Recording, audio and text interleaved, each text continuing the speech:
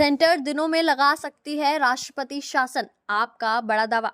नमस्कार दर्शकों, आप देख रहे हैं जी10 न्यूज और मैं हूं आपके साथ स्वर्णिम कसाना। हमारी बड़ी खबर आ रही है नई दिल्ली से, जहां दिल्ली सरकार ने आरोप लगाया है कि भारतीय जनता पार्टी राष्ट्रीय राजधानी में राष्ट्रपति शासन लगाने की कोशिश कर रही है। दिल्ली मंत्री आतिशी ने कहा कि उन्होंने विश्वसनीय सूत्रों से सीखा है कि अरविंद केजरीवाल सरकार को हिलाने के लिए एक राजनीतिक साजिश चल रही है। आतिशी ने कहा कि दिल्ली में कई महीनों से कुछ विभागों में रिक्तियां होने के बावजूद वरिष्ठ आईएएस अधिकारियों का पदानुक्रमण स्थिर रहा है। अरविंद केजरीवाल को एक झूठे मुकदमे में गिरफ्तार किया गया है और उसे कोई सबूत नहीं है, क्योंकि दिल्ली की चुनी गई सरकार को हिलाने की एक साजिश है। हम कुछ बातें पिछले से देखते हैं जो इसे बताती हैं कि ये एक ठोस योजना चल रही है।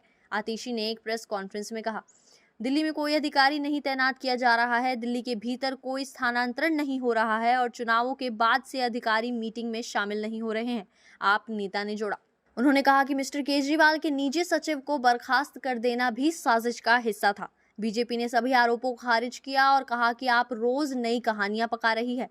पार्टी रोज मनोहर कहानी पका रही है। उनका आरोप है कि अधिकारी नहीं नियुक्त किए जा रहे हैं, लेकिन सितंबर से मुख्यमंत्री ने लेफ्टिनेंट जनरल से मिलने का कोई प्रयास नहीं किया है। बीजेपी के प्रवक्ता हरीश खुराना ने कहा, ये तीखा हमला दिल्ली उच्च न्यायालय ने मार्च 21 को मिस्टर केजरीवाल की गिरफ्तारी पर दाखिल की गई याचिका को खारिज करने के कुछ दिनों बाद आया।